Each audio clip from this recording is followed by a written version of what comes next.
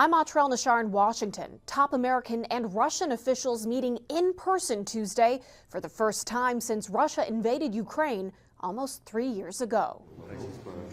From Saudi Arabia's capital city, top American and Russian officials reestablishing in-person communication as the Trump administration seeks an end to Russia's war in Ukraine. The work remains. Today is the first step of a long and difficult journey. Secretary of State Rubio says the goal is to see an end to the conflict that is fair, enduring, and sustainable. In order for a conflict to end, everyone involved in that conflict has to be okay with it. Left out of these talks is the country that's been invaded. Ukraine perceives any negotiations about Ukraine without Ukraine as those with no results.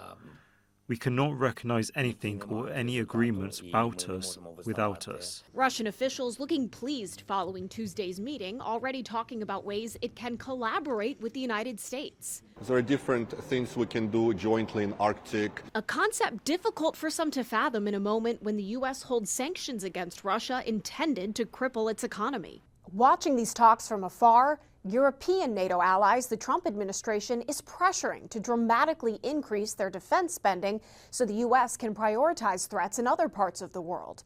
Here's UK Prime Minister Keir Starmer.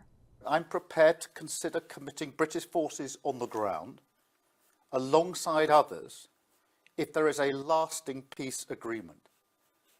But there must be a US backstop. A U.S. security guarantee. What would that look like? Starmer and President Trump will likely discuss that next week when they meet in Washington. After the trip, Starmer plans to huddle with European leaders for a second time after their summit in Paris Monday, hosted by French President Emmanuel Macron, who is keeping Ukrainian President Volodymyr Zelensky informed. The Ukrainian leader says, "We agreed to stay in constant contact as major decisions are being made." Ensuring a robust and lasting peace is a must, and that can only be achieved through strong security guarantees. In Washington, I'm Atrel Nashar reporting.